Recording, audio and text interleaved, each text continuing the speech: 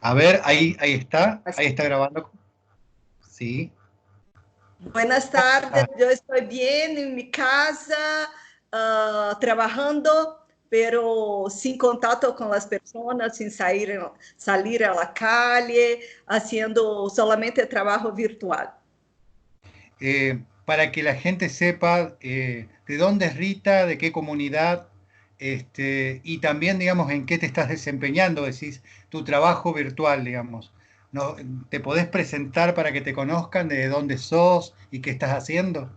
Sí, yo vivo en Viçosa, es una ciudad del interior de Minas Gerais, en Brasil. Yo trabajo en la Universidad Federal de Viçosa, soy profesora del Departamento de Educación y enseño psicología de la educación. Y la universidad, desde que empezó la pandemia, cerró las clases. Los estudiantes volvieron a sus casas, a sus ciudades, porque hay muchos estudiantes de todo el Brasil en la universidad. Y por precaución no tenemos clases, no sé cuándo vamos a volver. Y tampoco tenemos clases online, porque muchos de nuestros estudiantes no tienen acceso a internet, no tienen computadora, entonces tenemos algún contacto por email, enviamos algunos materiales, pero no tenemos seguridad de que todos los estudiantes pueden accesar las clases. Entonces, sin esta condición, la opción de la universidad es no tener clases y volver presencialmente cuando sea posible. Que Entonces, lo estoy interesante que... trabajando sí. reuniones con mis compañeros de universidad, con estudiantes de maestría, esto sí, haciendo orientaciones, pero con la graduación no tenemos clases en este momento. Lo interesante que compartíamos antes de grabar es que los dos, en lugares diferentes, tenemos una materia en común que es psicología educacional.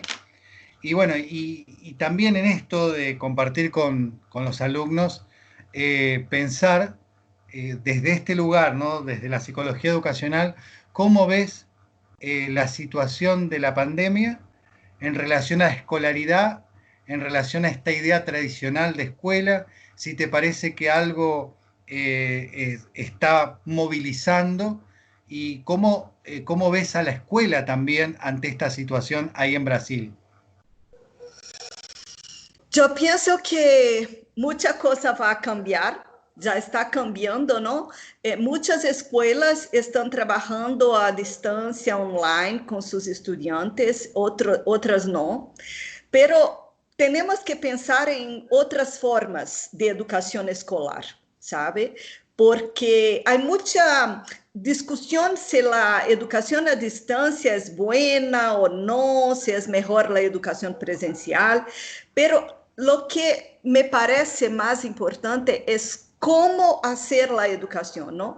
Porque la tecnología la podemos usar para el aprendizaje, para conectar personas y ponernos en discusión, ¿no? Hasta ahora estamos hablando de Brasil y Argentina, entonces hay que celebrar la tecnología y las posibilidades, ¿no? No tuvimos que viajar y estamos en nuestras casas, entonces yo veo que hay muchas posibilidades de conexión, de trabajo, de aprendizaje que nos permiten la tecnología. Y en las clases presenciales, também a tecnologia está presente, não? Os estudantes têm acesso a muitas informações, a teléfonos, a celulares, e isso muitas vezes a escola não sabe como fazer. E a tecnologia é vista como algo malo que não prejudica, não ajuda o estudante porque não ajuda em sua concentração. E temos que pensar em outra maneira, não? Estamos no século XXI e há que ter outra maneira de ensinar. Como hablamos antes, ¿no? De que la clase se puede reconocerla del siglo XIX, XX, XXI. Es lo mismo, una persona hablando para muchos que escuchan, que repiten, como hablaste, ¿no?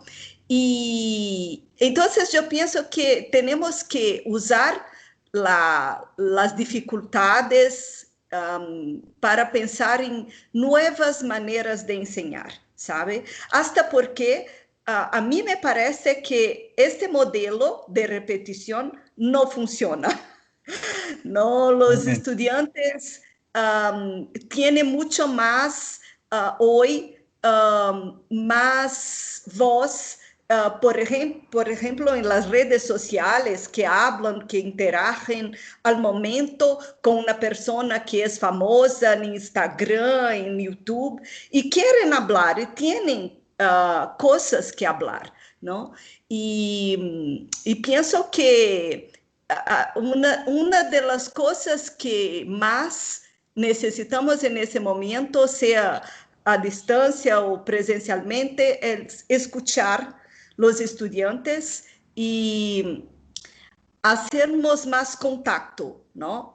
Trabalharmos juntos, mais de lo que de trabalho que seja del maestro al aluno, trabalho que seja coletivo. Por ahí esto, ¿no, Rita, de plantear, en vez de que otra vez el sistema solo resuelva, plantear con los alumnos, con los aprendientes y con las familias esta problemática y buscar juntos una respuesta, digamos, ¿no? Quizás lo primero que sería que no se plantee con los especialistas solamente el tema de lo pedagógico y lo didáctico y el nuevo encuadre de situación áulica que no es el físico conocido, sino uno nuevo, que es la realidad virtual, plantearlo juntos y preguntarnos ante esto, ¿qué programa podemos construir juntos? Esto de salir, porque no solamente está la voz única en el aula, sino también una voz que dictamina desde un escritorio. A nosotros nos pasa que muchas cuestiones surgen desde Buenos Aires y se ramifican sin contextualización de realidad, sin saber que, por ejemplo, esta escuela no tiene luz, no es que no tiene computadora.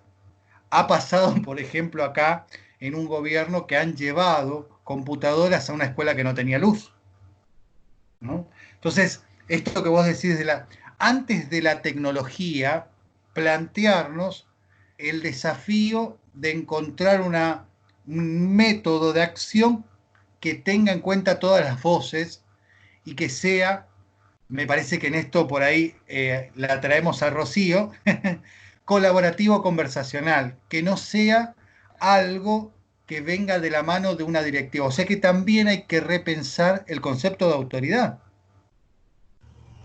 Sí, sabe, desde hace unos, no sé, 3 años que en mis clases, mis estudiantes van a ser maestros, ¿no? Son estudiantes de química, matemáticas, danza, biología y pedagogía también, geografía, historia, y yo siempre digo que la clase es un laboratorio. Estudiamos aprendizaje, estudiamos educación, estamos en una situación de educación. Entonces hay que mirar cómo aprendemos, ¿no? ¿Qué clases nos ayudan? ¿Qué maneras nos ayudan o cuáles no nos ayudan a aprender más?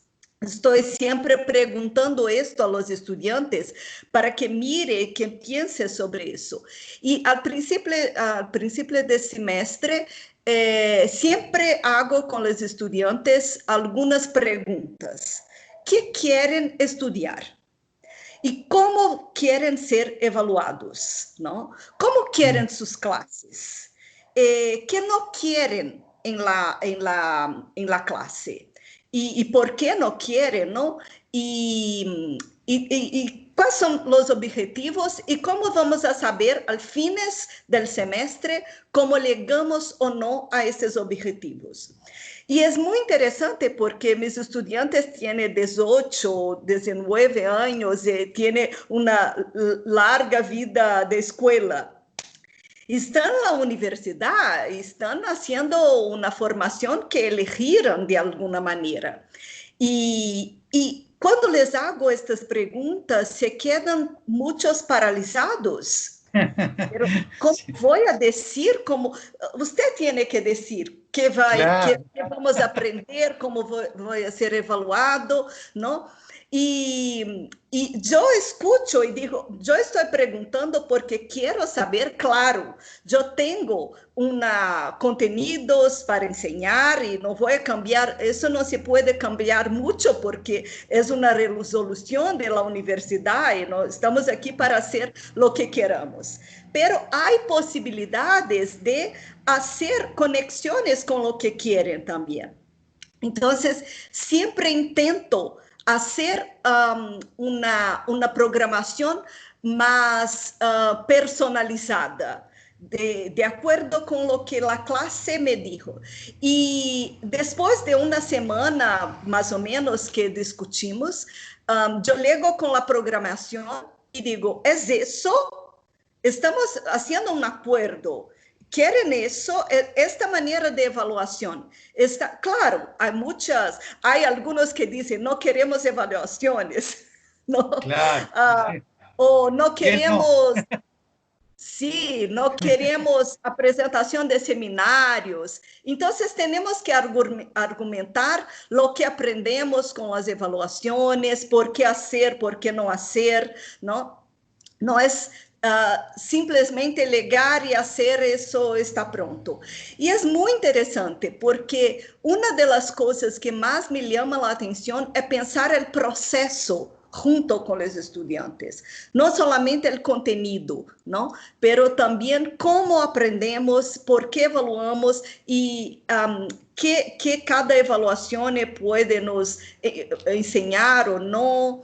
Y yo pienso que es una manera de establecer un acuerdo, crear una manera conjunta de hacer el programa y además, una vez que se está de acuerdo con aquel programa, yo siempre digo que se puede cambiar, que si algo no va bien, podemos repensar, ¿no? Porque una de las cosas que digo a mis estudiantes es que la materia es para ellos, no para mí, ¿no? Claro. Entonces, tiene que servir a algo que les parece que van a necesitar en sus vidas como futuros maestros. Y y ellos tienen que decirme que quieren, que les parece que es importante. Y yo también les digo, mira, me parece que eso puede ayudarte, ¿no? Es una conversación.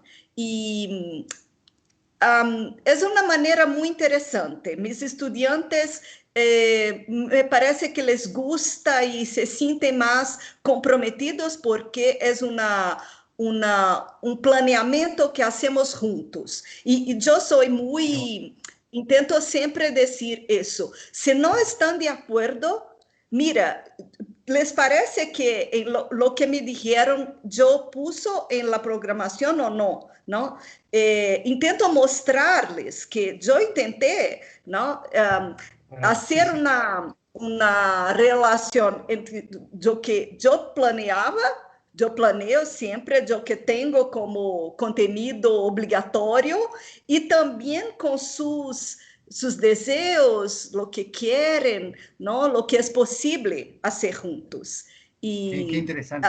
Eh, sí, Rita, te cuento que ahora me viene a la mente esto cómo surge tu nombre, ¿no? Con una amiga en común que decíamos, con Rocío Chaveste estábamos hablando y yo justo estaba presentando a Freire en la materia, ¿no? Y yo le decía a Rocío que hay tantas cosas en común entre la colaborativa conversacional y Freire, y ahí surgió tu nombre, ¿no? Te pregunto, digamos, Freire, ya sabemos que este gran hombre murió, pero lo que dejó, ¿está presente en las universidades o es historia? Lamentavelmente, muito pouco, muito pouco. Freire, as ideias de Freire foram por muito tempo não foram estudadas, não por la ditadura em Brasil e Freire se foi do país e não se podia falar de seu nome. Todavia hoje há um movimento de derecha muito forte também, que incluso pide ditadura em Brasil, não? E intervenção militar, há grupos de isso em Brasil, e que dizem que Freire é uma doutrinação marxista ideológica e tem que ser banido de las escolas, e que os males resultados da educação em Brasil são porque usamos la pedagogia freiriana, las ideas de Freire para la educación, lo que no es verdad para nada. Lamentablemente, tenemos una educación mucho más tradicional, bancaria, lo estudiamos, pero no tenemos una verdadera vivencia de la pedagogia freiriana em la escola e muito menos em la universidade.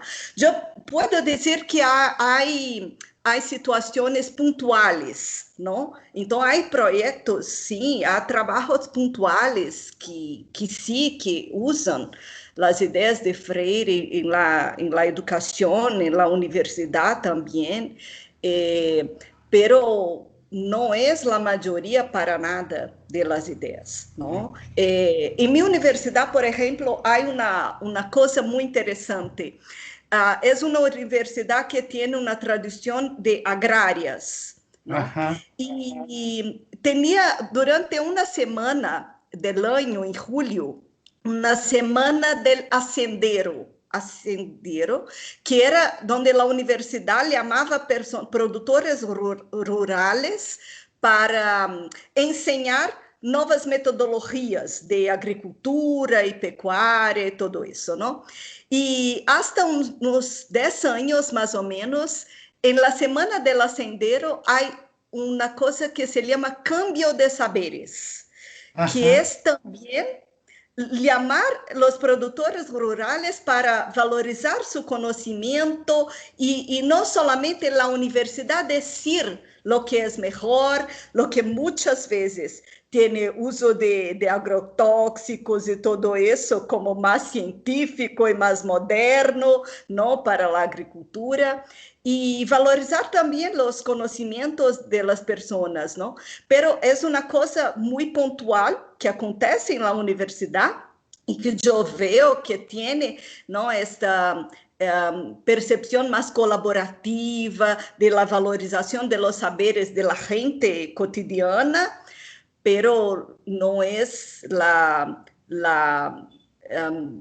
idea mayoritaria de la universidad. Y es lamentable, pero Freire está muy relacionado a ideas de izquierda y marxista, ideológicas, y hay una persecución muy grande a estas ideas hoy en Brasil, e incluso gente que pensa que é algo a ser banido de la educação. Freire era patrono de la educação em Brasil e houve um pedido para que deixasse de serlo, sabe? Porque estamos hoje em dos grupos políticos, uma questão política que está em todo, está em la salud, está em la educação, não? Grupos de esquerda e de direita que não se hablam e que têm posições muito distintas e estamos vivendo isso. Qué bárbaro, ¿no? Qué interesante, por eso digo esto, de que nos puedas contar desde la realidad de lo que vos vivís ahí, digamos, porque por ahí nosotros eh, recibimos una imagen muy acotada de la realidad de lo que ustedes están viviendo, como a ustedes les puede pasar lo mismo, ¿no? Entonces es importante esto de compartir y que las personas nos cuenten desde su realidad, de su vivencia, y esto me parece fantástico. Otra pregunta que me surge, Rita, es en este camino que hiciste con Rocío allá, digamos, en México, eh, de la colaborativa conversacional, que es más que todo un abordaje terapéutico, ¿qué llevaste a la psicología educacional? ¿Qué hiciste uso de eso en la psicología educacional? Eu penso que é incrível, sabe? As possibilidades e a amplitude e o trabalho relacional, não? Aprendemos juntos. E eu vejo que isso cambia muito a maneira que vimos a educação, porque lo que tenemos, lo que pensamos de educación escolar es eso, ¿no? Que Freire llama de educación bancaria, como estar depositando conocimientos, ¿no? Como, y la idea de que aprendemos juntos, ¿no? En discusiones, hablando de las cosas, en conversaciones, para mim é uma ideia muito revolucionária. E, además, eu penso que cambia no sentido de uma educação econômica, não? De estar depositando conhecimentos como contenidos e que estamos em competição na escola de quem tem mais que o outro.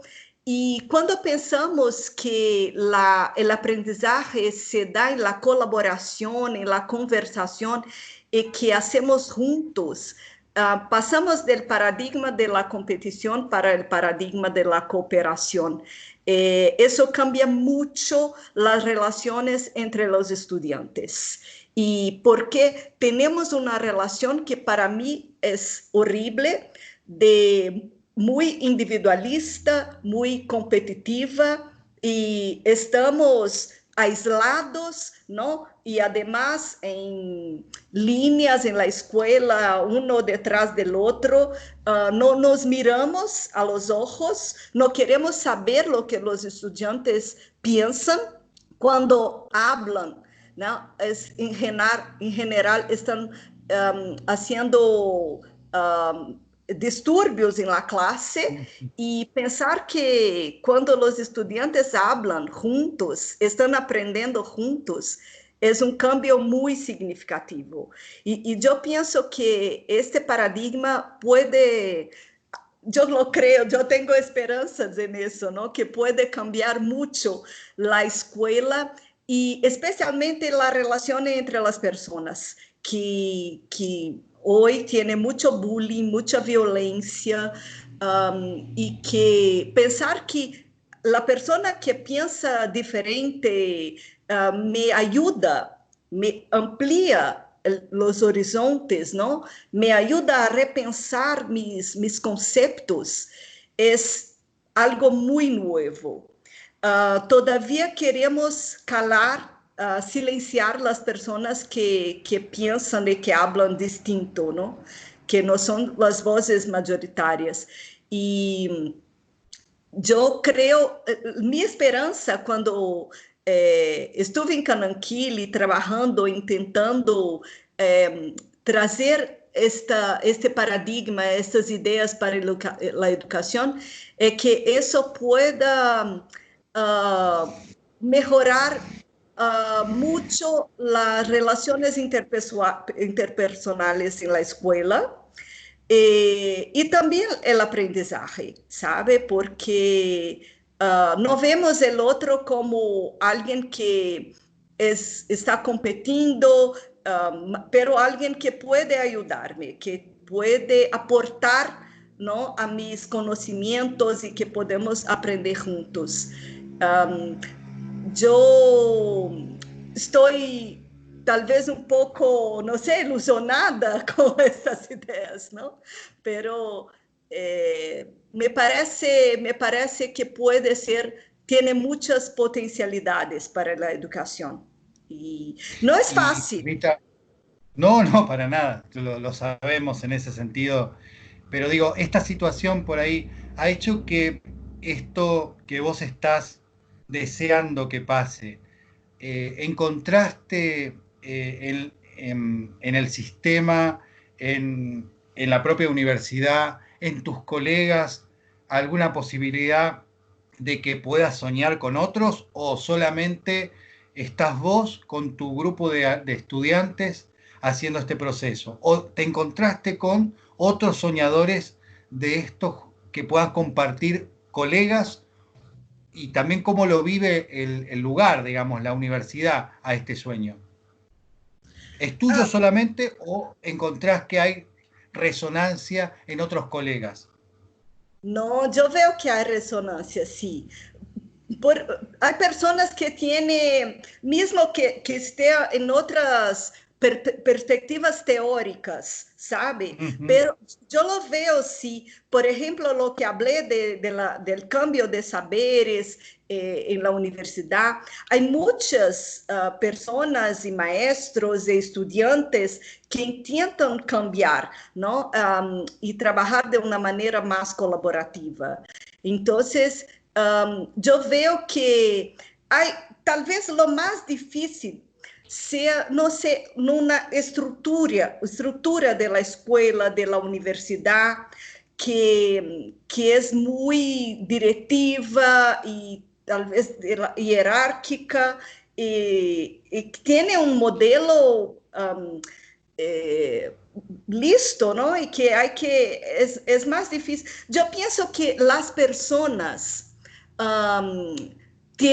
yo veo eso, hay personas, hay grupos intentando cambiar y dentro de la estructura de la universidad.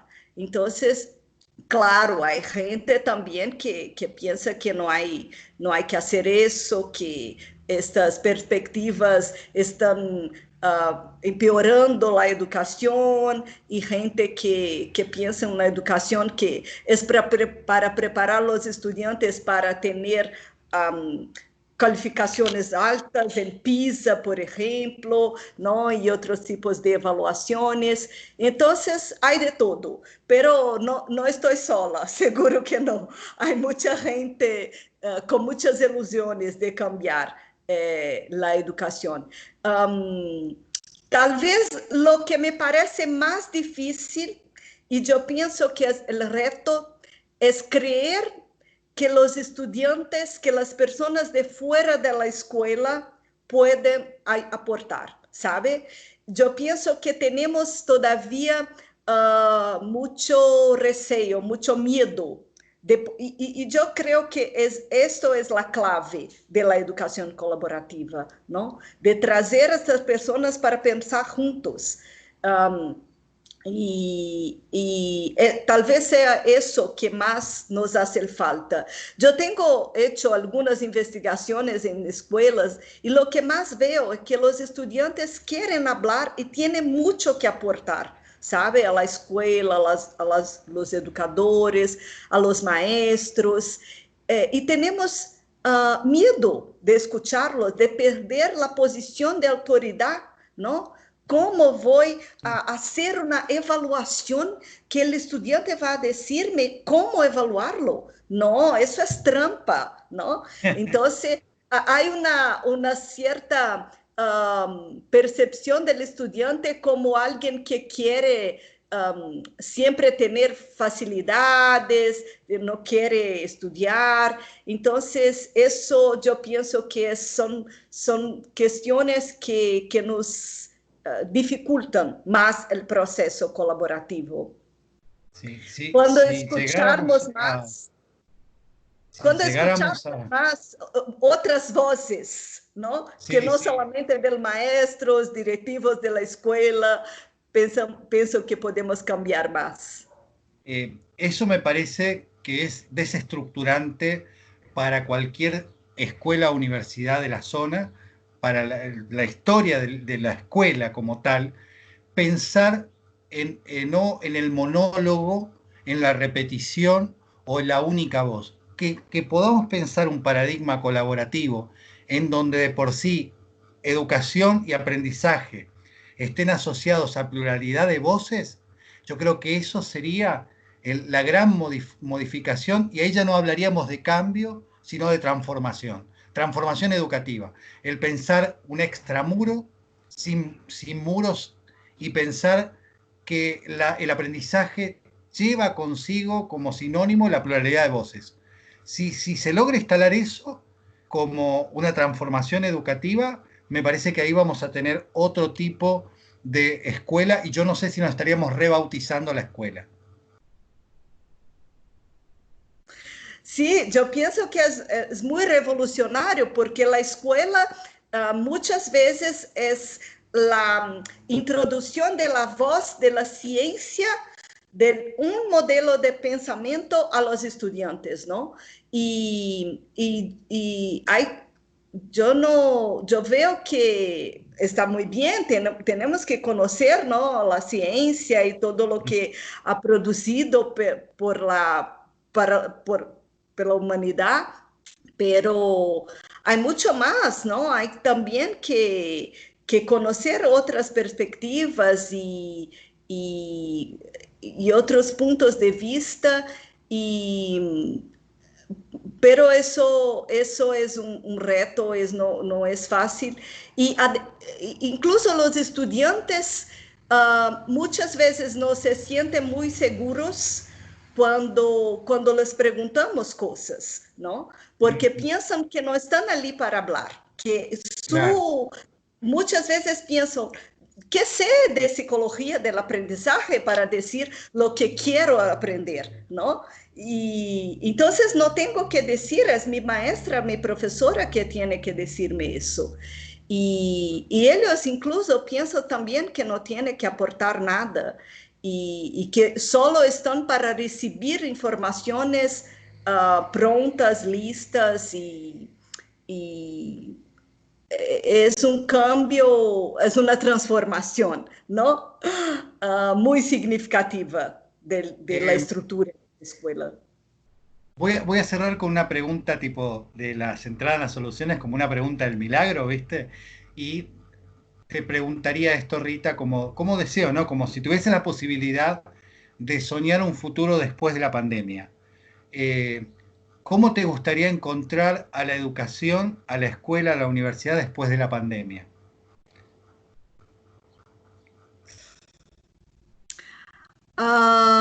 Me gustaría que las personas percibiesen lo cuán importante es estar juntos, ¿sabe? Y cuánto nos hace falta trabajar juntos con otras personas. Que este periodo de aislamiento sirva para sentir la importancia de los demás, los demás, ¿no? De escuchar, de trabajar juntos y tener más sensibilidad para eso, para lo que nos aporta el otro, ¿sabe?